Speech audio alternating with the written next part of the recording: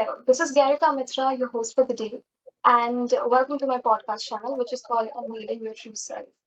All this while, I have been wondering about whether the title has been apt, Unveiling Our True Selves. But then this morning gives me the opportunity to say that it's absolutely apt and correct. Because through this podcast, we are really going to unveil our true selves. And while I mention our true selves, I do not necessarily refer to the body and mind, but something deeper than that. Well, I wouldn't really be going into too much detail. I will hand over to my guest, who will definitely do the honors. And my guest for the day is Swami Sarvapriyananda Maharaj, who's joining us all the way from New York. Although he's a very popular face among students, among individuals and employees, everyone all across the globe, he doesn't need a formal introduction. But then definitely I will uh, take the host step forward and introduce him. So Swami Sarvapriyananda is a minister and spiritual leader of the Vedanta Society of New York. Prior to this, he served as assistant minister of the Vedanta Society of Southern California for 13 months. Swami joined the Ramakrishna Mata mission in 1994 and received sannyas in 2004. He also served as an acharya of the monastic Probations Training Center at Devi Mutt. He has served the Ramakrishna Mata in various capacities, including being the vice principal of the Deogar Vidyapith Higher Secondary School, principal of the Sikshana Mandir Teacher Education College at Devi Mutt, and was also the first registrar of the Vivekananda University at Devi Mutt. Pranam Swamiji. Namaste, Garika. Thank you for having me on the show. It's an honor to talk to you, Swamiji, and I thank you on behalf of all my listeners for joining us here because we know you're a busy person and how much difficult it is for you to make time. So thanks again for that. So Thank Swamiji, you. I'd like to begin my first question stating about the state of affairs right now. So you are joining from New York and in Mumbai. We know that the entire situation because of the pandemic has been a little rough. So recently, I read in the BBC that the pandemic has been rough for lots of people because people have lost their jobs, they survived on slashed salaries, and it was a difficult time indeed. And as per the report on BBC News, it said that it was religion that helped people survive through the pandemic. So my question to you in that regard, Swamiji, is does this apply to the agnostics and atheists as well? Well, Garika, you're right. This is a strange and difficult time for people all around the world. Um, here in New York and in Mumbai, in both places, the coronavirus cases have been high. They're high right now, and they were high last year. New York actually much worse than Mumbai or much any place in India. Just today, somebody was telling me the number of deaths is rising in India. It was like something like 700 or something per day. It has gone up sharply. But then you have to put it in perspective. When the pandemic was at its peak here last year, just here in this one city, New York, every day the death rate was around 800, 900 people per day in one city. So it has been very devastating, including some of the most advanced countries in the world, right here in the United States, in the United Kingdom, Italy, France, some of the Western European countries. Now, has religion played an important role in providing strength and hope to people? I would say yes. What I hear from people, uh, ordinary people who are affected directly by the disease, either they have suffered or they know people in their family or job who have suffered from the disease, or they have not suffered from the disease, but everybody's affected in the sense you can't go to work anymore. Many people have lost their jobs. Children can't go to school. The restaurants here, the famous Broadway shows, museums, everything is closed. So it has had a huge effect. People can't pay their rent. In this situation, religion has in fact provided support, psychological support to people. And it's not surprising.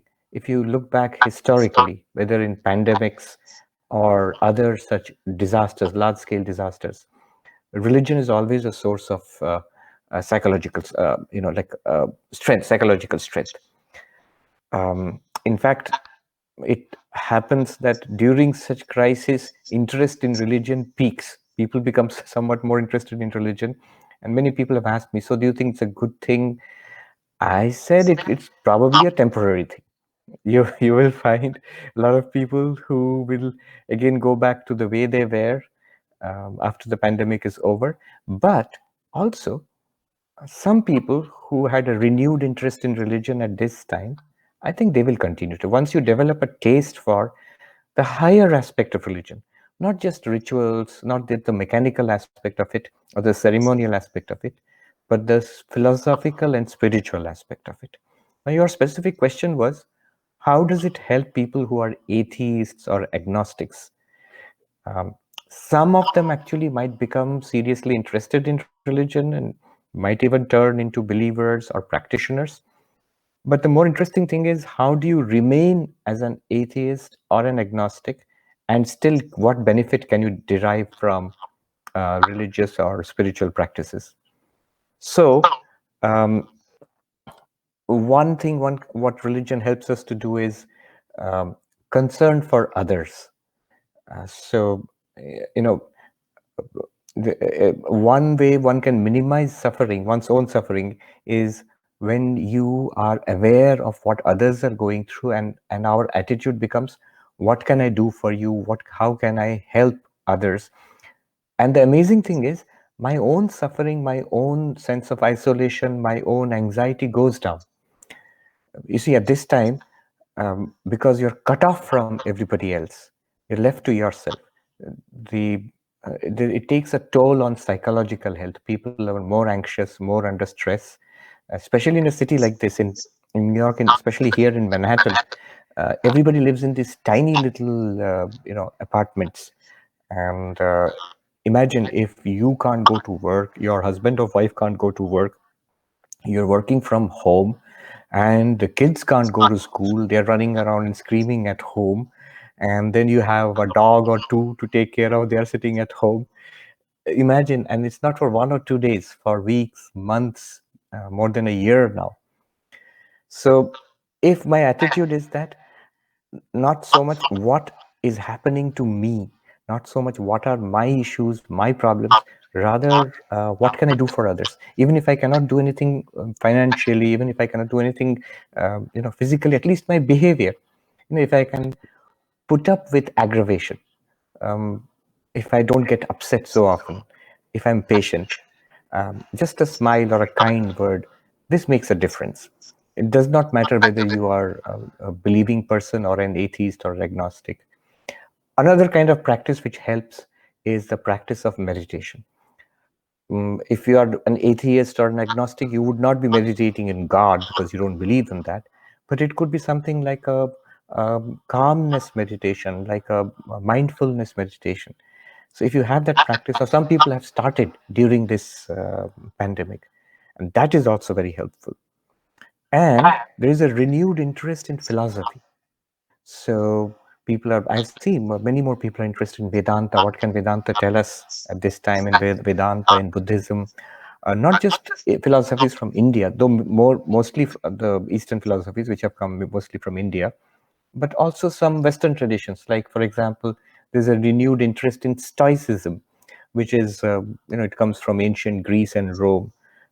So, yes, so in these ways, caring for others, mindfulness meditation, and interest in philosophy, these are practices which even an atheist or an agnostic can easily take up while remaining atheistic or agnostic. Yeah. And also, I hope that once the pandemic is over, which I hope will be soon, people will not simply go back to the way they were earlier. At least many people will retain their interest.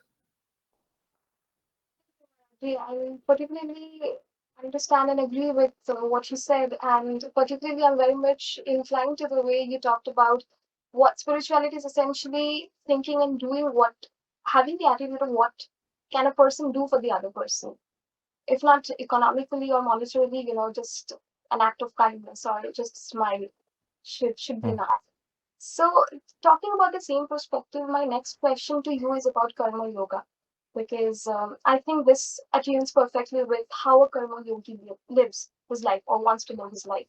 So my question is, a karma yogi who is so efficient in his day-to-day activities, and does he ever reach a state where during his activities, while performing his activities, he puts his it doesn't make a difference to him whether he achieves salvation or whether he is performing through this body. So does he ever reach such a state where he puts salvation and being into this body or his birth into another form at par? Gaurika, that's a very subtle and very interesting question, um, because I'll tell you why. This whole idea of karma yoga, it's an ancient idea. It goes back to the Bhagavad Gita. Um, but Swami Vivekananda gave special emphasis on it in this day and age. One reason was that if spirituality is to be for everybody, notice that most of our time and energy is taken up by activities, whether in the family or in the community, and especially in the job. So most of your time is not spent in religion or philosophy. Most of your time is also not spent in having fun.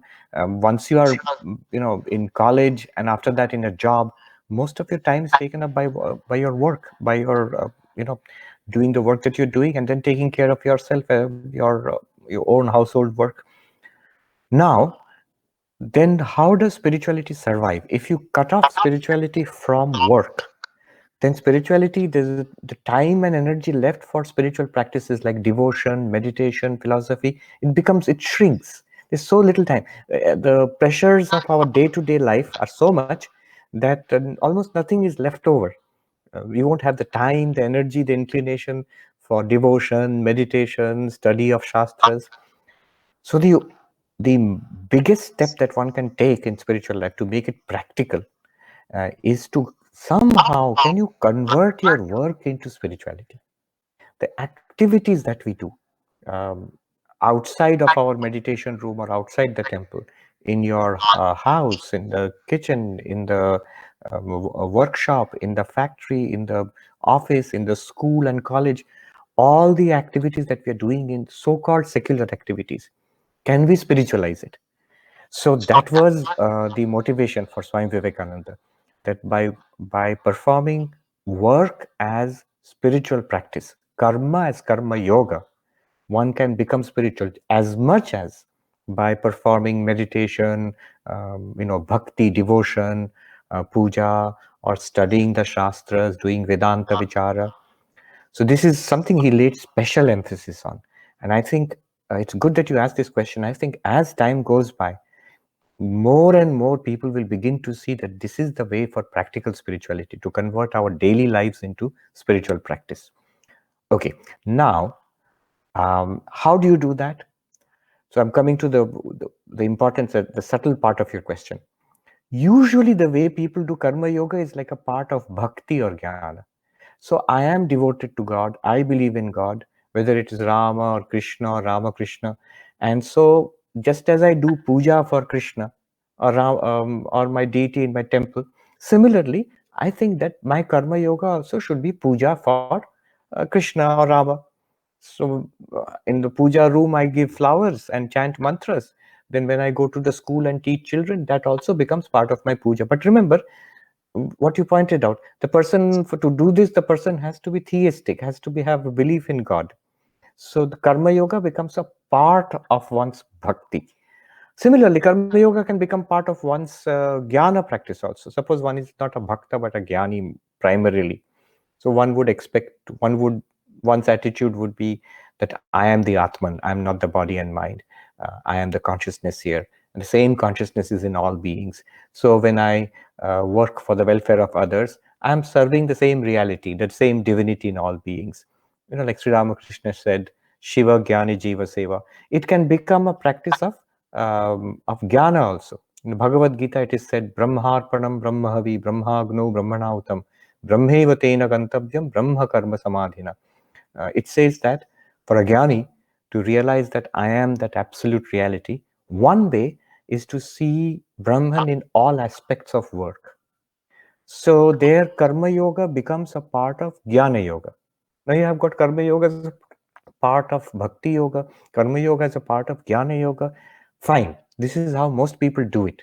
But you are asking a more subtle question. You are asking, suppose a person is not even thinking about attaining moksha through Bhakti Yoga or Gyana Yoga, you know, not in terms of so-called spirituality, but still, can one do simply Karma Yoga uh, as a spiritual practice and nothing else, and just do it work for work's sake, doing good to others for this because it is good, not for some very philosophical reason or spiritual reason.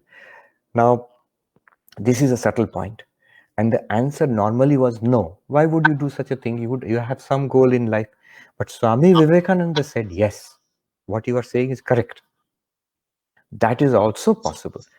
It's not compulsory, not that everybody can do it, but some people can do that. That they do not have any specific devotional goal in mind. They do not have any specific, goal that I'm trying to attain nirvana or moksha. But I see that it is good, and my body and mind are there. I have got some role to play in society. Why not do it for the good of many? Swami Ranganathanji, who was the 13th president of our order, he defined religion in such a simple way, spirituality in such a simple way. I'll give you his definition of spirituality. He said, what is spirituality? When I close my eyes, I find peace within. When I open my eyes, my attitude is, what can I do for you? So you see, within ourselves, finding peace, and looking at the world outside, my attitude is, what can I do? In your job, in your family, just be available for service and have this mentality, attitude that I am here to give whatever I can. It could be a kind word, it could be money, it could be service, my time, energy, knowledge. But it's a wonderful way of looking at life. It's exactly the opposite of how most people look at life. People say that when we close our eyes in meditation, we find only no peace, just restlessness, anxiety, worry, tension, desire that is there in the mind. And when we open our eyes, it is not what I can do for you. Rather, it becomes, what can I get from you? And therefore, there is no peace. So Ranganathanji says it's just the opposite. What can I do for you? That is my relationship to others. And within myself, there is peace within. So what you said is the purest form of karma yoga, that one can do good for good's sake, duty for duty's sake, without expecting anything in return. It's difficult though. It's difficult. Yeah, yeah. When I was thinking about it, I kind of delved deeper into how is this feasible in real life. So perhaps it will take me a few words to realize that. So Swamiji, talking about Advaita. So I'd like to ask you: Is are Advaita and Vishist Advaita intertwined and strung together? If they are, then how can this benefit the common seeker of knowledge? Yes, these are different phases or different schools of Vedanta. Vedanta, as we know, is the spiritual wisdom of the Upanishads. Now, the great masters of Vedanta, like Adi Shankaracharya and Ramanujacharya and Madhvacharya, they wrote their own interpretations of of the Upanishads and the Bhagavad Gita and the Brahma Sutras. So, depending upon those interpretations, these different schools have developed. Advaita Vedanta is one school of Vedanta. Vishist Advaita is another school of Vedanta. Dvaita is another school of Vedanta. And historically, they have always been like rivals or competitors, engaged in debate with each other to see which is the better or more correct interpretation of the Upanishads. So the basic difference is this: when you say Advaita, Vishishtadvaita, Dvaita, non-dualism, qualified monism, or dualism, what is this dualism or non-dualism? To put it very simply, all of them say that there is an ultimate reality, and the name they commonly use for it is Brahman. And we have various names in Hinduism for that ultimate reality. We call it Shiva, Durga, Kali, Narayana, Vishnu, whatever. Um, but the philosophical name for that in the Upanishads is Brahman. And it'd be interesting to know that Brahman literally, in the grammatical sense, if you derive it, the word meaning, etymological meaning, is the vast. It simply means infinite. Brahman simply means infinite. Um, Now, this Brahman, what is its relation to us? All of these systems, they all say that there is an ultimate reality called Brahman. But what is its relation to me, the individual? Advaita Vedanta posits, teaches a radical oneness, that you and that Brahman are the same reality, Tat Tvamasi, that thou art. But if you say, I don't feel like that, I don't at all think so, I'm just a human being. So Advaita Vedanta says, inquire into yourself. Are you really a body? Are you really a mind? And then the claim is you will discover that you are this unlimited consciousness, and that is Brahman. So you are Brahman. Like Shankaracharya sings, Chidananda Rupa Shivoham. So I am Brahman. That is the teaching of Advaita Vedanta. Ramanuja's Vishishtadvaitic interpretation is, no, you are not Brahman, but you are a part of Brahman. Brahman is an infinite whole, and we are all of us, all living beings, all these souls, we are um, tiny parts. We are all consciousness, but we are parts of this total consciousness. So our relationship is, with Brahman is not one, or not oneness, but part and whole. Um, he calls it Deha Dehi, Amsha Amshi. Amshi means the whole, and Amsha means part, just like our, our Bengali Hindi in that sense. Madhvacharya came along after that and he said, no, you are not part of Brahman. You and God are different. God is the ruler of the universe. You are the ruled. God is the master. You are the servant. And you have a relationship of love and devotion and surrender with God. Not that you're part of God, and certainly you're not one with God. So these are different interpretations. Now, how does it help us? So Sri Ramakrishna gave a very beautiful interpretation. He said that all of them are true. How can all of them be true? Am I one with God? Am I a part of God? Am I different from God? How can all of them be true? So he said from a different perspectives, they are true.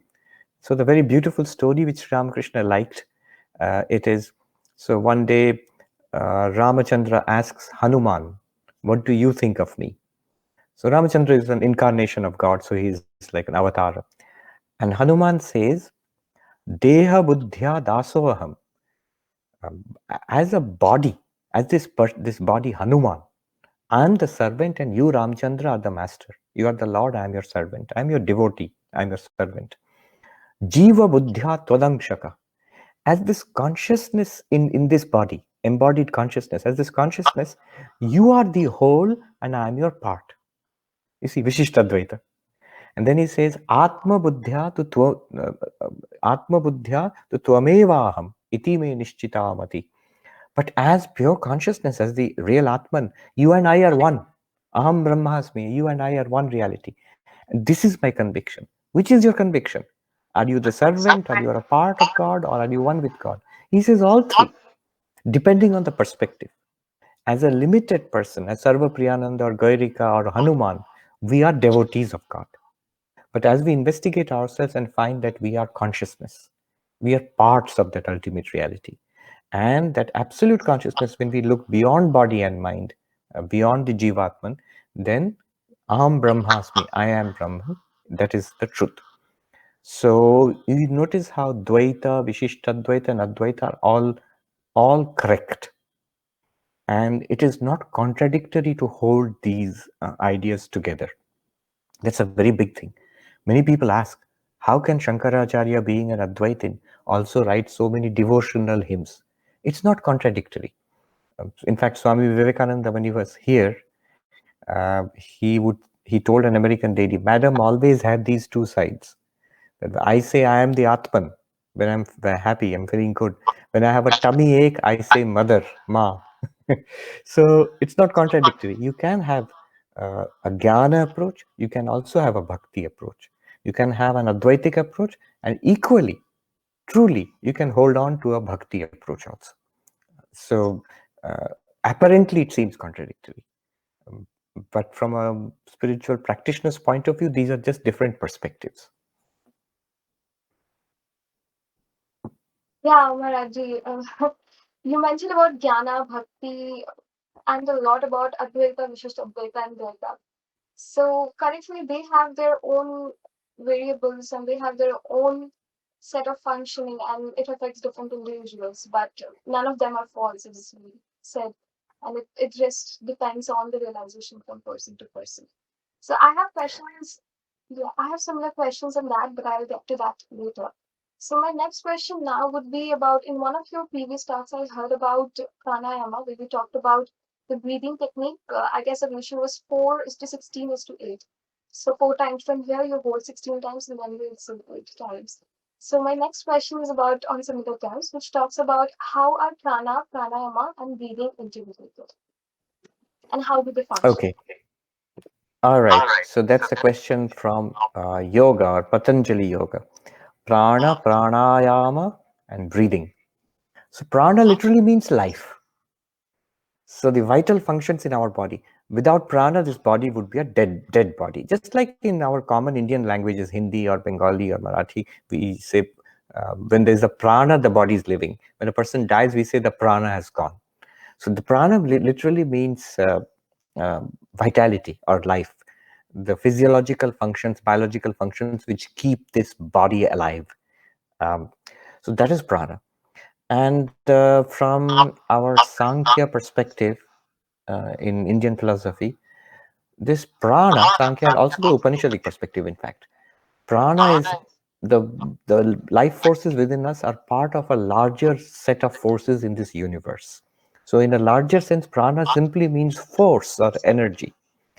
Now, um, at our physical level, the the most obvious function of prana is breathing. Why I'm saying obvious? So many other things are going on: circulation of blood, digestion of food, but we don't directly have control over those things. Right now, the one which goes on automatically, and yet if you want, you can take it off autopilot and you can control it, is your breathing. So if you don't pay any attention to it, breathing will go on. But if you pay attention to it and try to take control of it, you can control it. So that's the place where the autonomic functioning of the body and the voluntary functioning, these two, they meet at the level of breathing. In one sense, it is involuntary. In another sense, it's voluntary also. Another thing is breathing is connected to our state of mind. Have you noticed when you are excited, angry, your breathing becomes fast? Agitated, breathing becomes shallow and fast. When you are exhausted, you'll take gasp, take deep breaths. When a person is sick, for example, you'll see the breathing becomes irregular and shallow. When you are very calm, you're concentrated doing some work or meditating, you will see the breathing is very even and light but deep, effortlessly deep. You're not actually taking deep breaths. So, what these yogis discovered was to meditate, you need a calm mind, a focused mind. Directly trying to make the mind calm or focused is not easy. So they used a lot of helps. One help is to sit quietly. The more you move around, the more the mind will be disturbed. So they sit in an asana, like a meditation posture. And they realize the good posture of the body is important for controlling the mind. If you're slumped over, your mind will be affected. You feel depressed. If you are straight and the head and the shoulders and the spinal cord and waist are in one line, properly aligned, you will see the mind also feels better. If you just sit up straight, you feel better. Posture is important. Sitting still is important. Keeping the eyes fixed. The moment our eyes are open, we tend to look around and then the mind gets disturbed. So that's why they try to keep the eyes half closed, fully closed, so that you don't look around. These are all various helps to meditation, physical helps. Most powerful help to meditation is control of the breathing. So if you can make the breathing even and deep, then meditation becomes much easier. Still, you'll have to make an effort, but it's much easier. So taking deliberate conscious control of the breath, becoming aware of the breath and controlling it in order to calm the mind, in order to anchor the mind, that is called pranayama. And there are many other effects of pranayama. The pranayama was developed into a big science by hatha yogis. But for meditation, primarily in Ashtanga Yoga, Patanjali's Ashtanga Yoga, the role of pranayama is to help in concentration of mind. So that is the relationship. Prana means our biological energy, the vital forces. Breathing is a part of that. Breathing is the most obvious part which you can control. And if you control it, mind is easier to control. So this control of the breath, systematic control of the breath for meditation is called pranayama. Um, One more thing you asked was that ratio which I mentioned, 4, 16, 8. So breathing in and then holding the breath. So these are breathing in is called puraka, holding the breath is called kumbhaka, and then exhaling is called rechaka. Normally, this should be learned from a yoga teacher. Breathing in and breathing out deeply is very good. No harm will come. But holding the breath has to be done very systematically. They all warn that you should not try it on your own because it can, while it can have good effects, it can also have negative effects. So simple deep breathing is recommended for everybody. The kumbhaka, holding the breath in, that needs some specialist advice from a yoga teacher, for example. By the way, yoga is very popular in the United States. I think it's more popular here than in India. Before the pandemic, I think every other street corner in New York had yoga studios. People were learning yoga. I once went to a school in Los Angeles. I was asked to give a talk about Hinduism to the kids there, and there were no Indian kids there, so they were all non-Indians. They didn't know. So when I mentioned yoga, one of the kids, a boy, uh, he burst out excitedly and said, "Oh, in India also you have got yoga." So he thought yoga is American. Yeah. So you need for Kumbhaka, you need for the advanced practices of pranayama, one needs instruction from a yoga teacher. Related to this is a very popular form of meditation in the West now, especially in the United States. This comes from the Buddhist vipassana practices, a mindfulness meditation. There you pay attention to the breathing, not to hold the breath or anything, but use the breath as an anchor. Mind is wandering here and there. So if you notice the breathing in and breathing out and keep following, because it's continuous, you're continuously breathing in or breathing out. And if you pay attention to that, the mind slowly becomes calm. So that's another use of pranayama or of being aware of the breath. There, the effort is not to control the breath so much, but to use awareness of the breath to train attention, to make the mind more focused. Okay. That was quite insightful and quite knowledgeable, I could say that. And also, people are also, like you said, the people are also increasingly becoming conscious about it. But it is advised to learn it from a true yogi or a mentor that will guide them in the correct path. So I will connect my next question, Swamiji, to my last question, and where you specifically mentioned about bhakti and jnana. And I said that I have my questions and that I will come to it. So I'm now talking about the general mass, which is usually worldly. I am talking of that categories of people, like you mentioned, that who think that what can I get from the world rather than what can I do for the world. So do you think for these kind of people, would Gyana Yoga have a more personalized approach than Bhakti Yoga? Now it's surprising that you would ask that because most people are attracted more to bhakti than to jnana.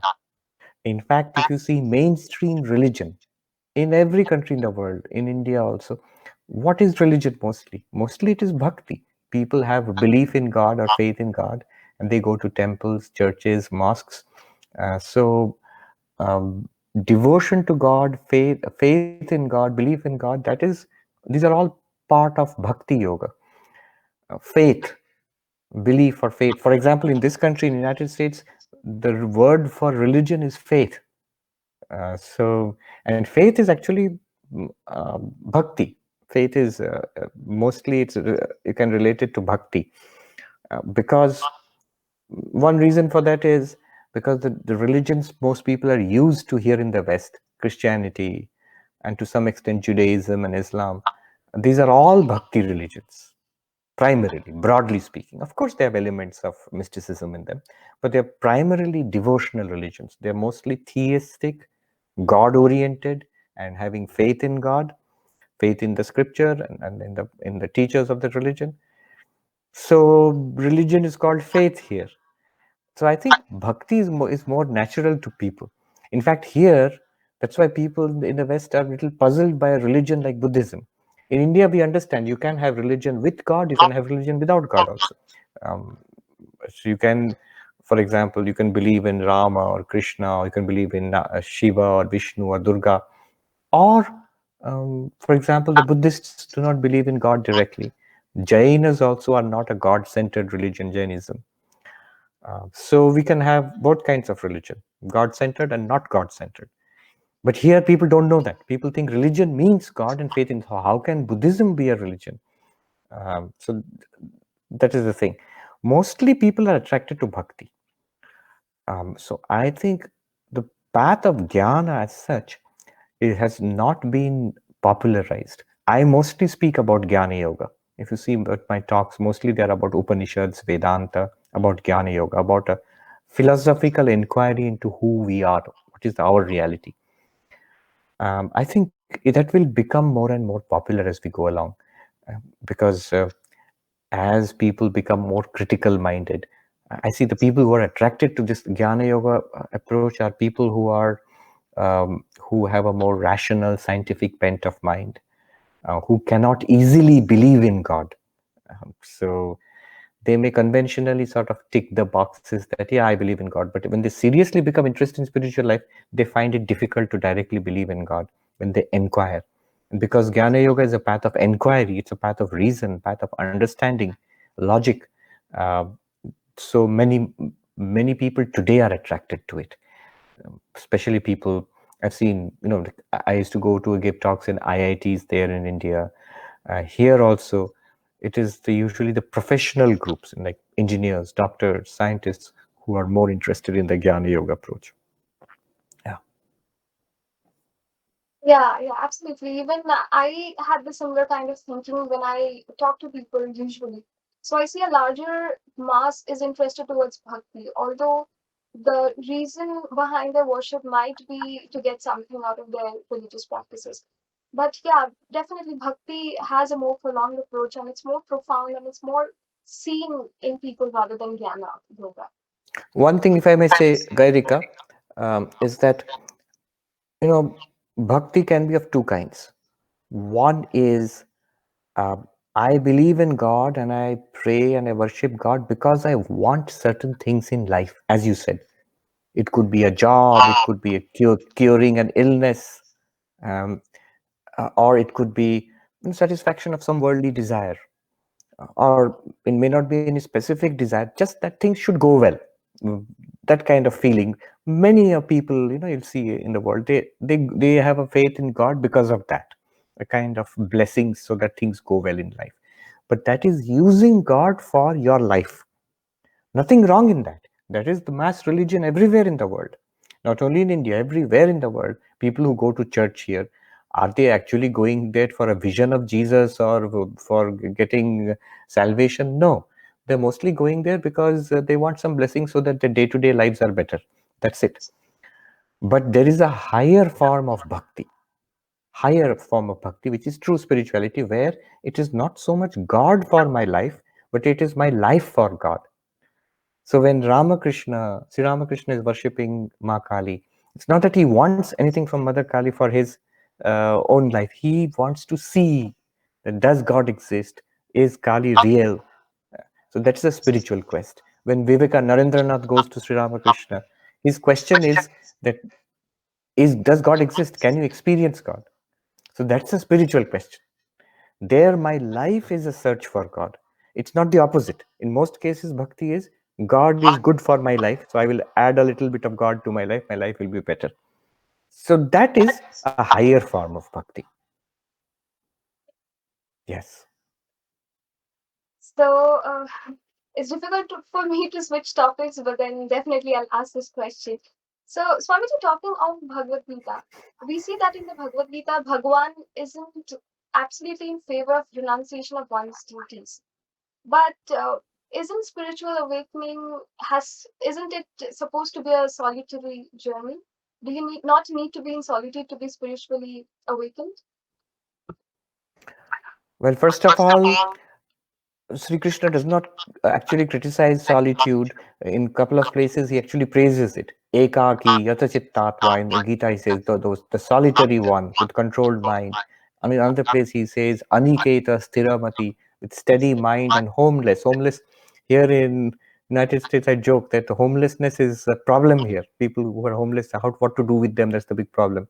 In Gita, Krishna praises. Of course, that homelessness is a voluntary homelessness because you have given up everything in search for God. But you are right. When Arjuna wants to give up his responsibilities and not do his duty as a warrior and fight the war for justice, and he wants to like run away from it, Krishna tells him not to do it. He tells him about Vedanta, about moksha, about the Atman, and Arjuna is even more enthusiastic. Very good, then I will do that. Why should I fight this horrible battle? Then Krishna says, no, even to be spiritual, you need to do your duty in the world. If you neglect your duty in the world, you cannot be spiritual also. Neither in this world you'll be successful, nor in spiritual life. So you're right. Sri Krishna stresses the importance of actually performing our role in the world, but he teaches us how to do it in a spiritual way. Do it in the spirit of karma yoga, not in the spirit of karma bhoga, that I'm doing it to get something. No, convert it into a spiritual practice. Do it as a worship of God. Do it as a preparation for Gyana Yoga. So, yes, working in the world, fulfilling our role in the world is a part of spiritual life. It is not against spiritual life. Of course, if it's done with the proper attitude. Um, but what about solitude? Isn't solitude necessary for spiritual life? Yes, you're right. Solitude actually is necessary. Mostly people are seeking solitude because people are living such busy lives that their heart cries out for solitude. That's why. So, so much pressure is there at work, at family, and generally living in the midst of crowded cities like Mumbai or like Manhattan here, you want to run away into, if you think about Himalayas and Ganga and living in a cave or in a log cabin or an ashram. It sounds so nice. So one reason people want that sounds nice is because people are too much in crowds and too much under pressure. But that is not a genuine reason for solitude. Why? I will tell you. All such people, if you actually give them the chance to be in solitude, and they will go. Not only that, they will also enjoy it. They will enjoy it for 1 day, 2, 3 days, and then they will feel bored.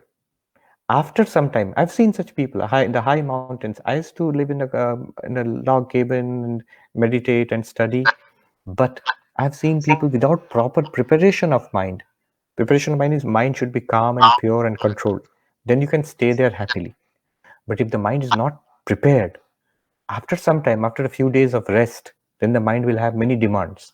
And suddenly you will find what is there in the high Himalayas.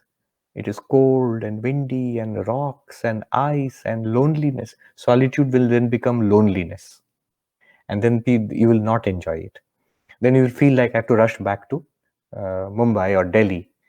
One sadhu said very nicely in the Himalayas, in the Dehati Hindi, he said that ये जो शहर के बाबू लोग हैं ना, ये farm house खरीदते हैं इधर. They buy this nice property and they say that we will come and live here in solitude. They come once. After that, they never come back again. Only the caretaker and his family lives in that farmhouse. What has happened? After 10, 15 days, was a Shahri Babu, the person from the city, finds it so boring. Now I want to go back to Delhi with all pollution and noise and all, but no, I don't want this solitude. So why is that? That's because the mind is not ready yet. I have seen monks who have lived 20, 30, 40 years in caves and alone and very peaceful, wonderful. The mind is ready. They are very happy with themselves. They don't depend on external entertainment or company of human beings. If people are there, they're very happy. People are not there, they're even happier. So it's not that they reject the company of people, not that they crave the company of people. People in the world who, without proper training of mind, they fall into these two extremes. They get so much troubled by the work problems and the family problems and the stress and the anxiety and the depression and the loneliness and the loneliness and the depression and the loneliness and the depression. metro limits.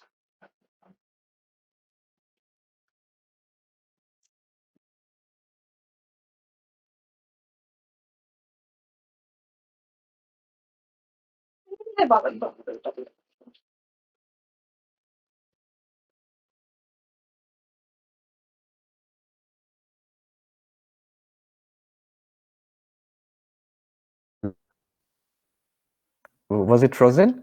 Was it frozen? So, yes, a little, little. Yeah. Okay. Yeah.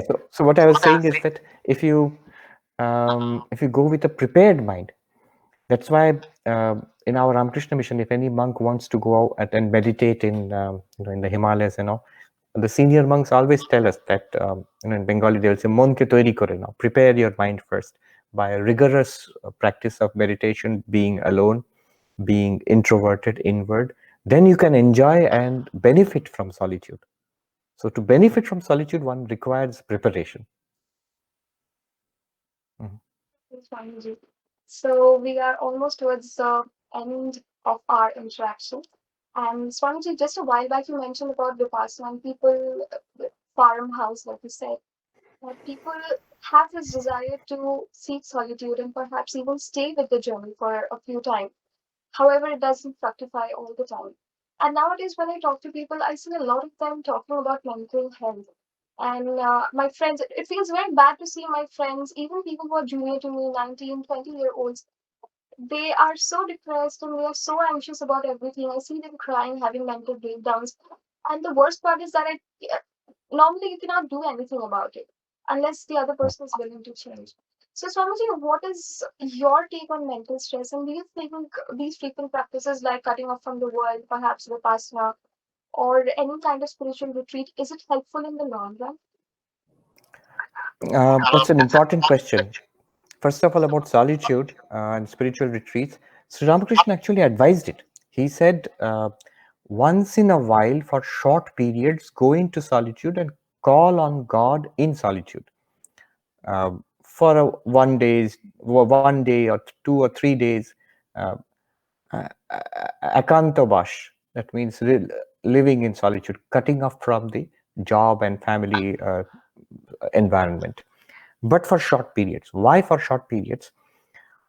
People are often not aware of their own mental makeup. They feel I can go and stay in an ashram for the rest of my life. I will stay there. They don't realize suddenly what will happen to them is after 1 week, after 1 month or 6 months. It may happen, not for everybody, but some. Suddenly they won't like it anymore. Now, if you have given up, I've seen people who have given up their jobs in USA and Canada and say, I'm going away to I live in the Himalayas. But wherever you go, there's a saying, wherever you go, there you are. You are going there. So your mental baggage is also there with you.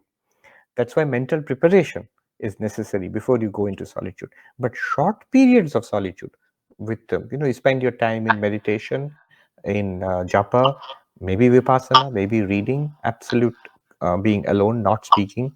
Few days, once in a while, few days is very good. It's like mental detoxification. That's good. The second thing you asked about mental health, that's a big, big issue. I'm beginning to see it. You're seeing that in India, but I'm seeing it a lot of it here. It's a huge issue in the United States, especially in the big cities of the East Coast, West Coast, wherever. And probably it has increased in the last few years. Um, one reason is the new digital media, like social media platforms and all. That has had some negative effects, especially on young people. So a number of things can be done. Spirituality can really help there. Balanced life is necessary. So balanced life means having a routine as far as possible, physical health, steady mind. Don't try to have a calm and peaceful mind. Calm and peaceful mind means every little thing will disturb you. Strong mind, that means whatever problems the world throws at me, I'm able to handle it. Job, family. And there also be balanced. Don't take on more than you can chew. Often what happens, people are over ambitious and they bite off more than they can chew, and the pressure is too much. They have too much expectations of the world. Be simple, be happy with a simple life. If I have enough to take care of myself, And if you have a family enough to take care of my family, then don't aim for more money, better job, better gadgets, better apartment, better neighborhood. Don't do that. And there is no end to that. They call it the rat race. So if you, there's a saying that if you win the rat race, you're still a rat.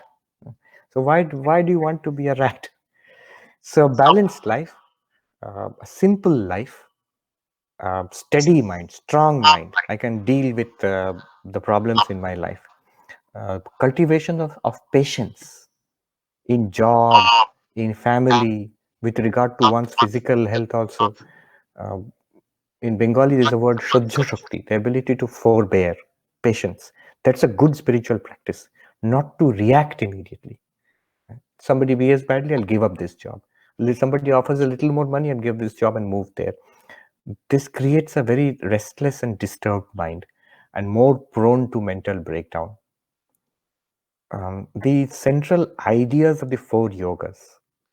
This is, if I want to put what I want to say in a nutshell, be more about helping others than about yourself. One, this is the insight from Karma Yoga. Be focused. Don't scatter your mind in 100 different things. The quality of your life increases with the quality of your focus. So this is the insight we get from Raja Yoga. Have faith and surrender to God. There is a larger power behind the world, behind the universe, behind your life also. If you can have faith and surrender and trust in God, then your mental health will be much better. It will be much more free of anxiety. You will have the support of a very big power. You are not alone in the world. So that is the insight from Bhakti Yoga. And finally, Gyana Yoga. You be centered in this idea of who am I? Am I really this little person born that day and fated to die a few years later? Is it all really so important? This job, is it of such, this job, this relationship, this little bit of money, is it of such overwhelming importance that it makes life and death? That it is worth losing my sanity over? Not at all. So have this viewpoint of eternity from the perspective of a life of 50 years, 100 years. How small are these things? So that is from a Gyana Yoga perspective.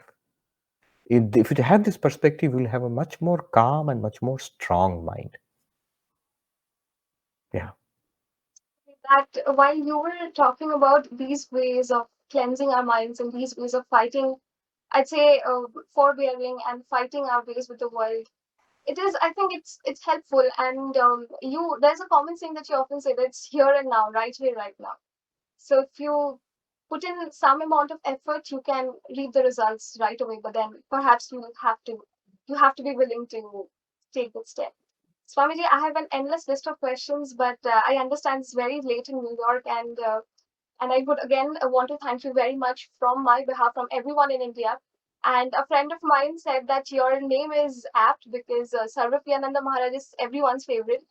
Everyone wants to have a session with you. So, on behalf of everyone, kindly accept our pronouns and wish us luck so that we can have you again, hopefully very soon on the show.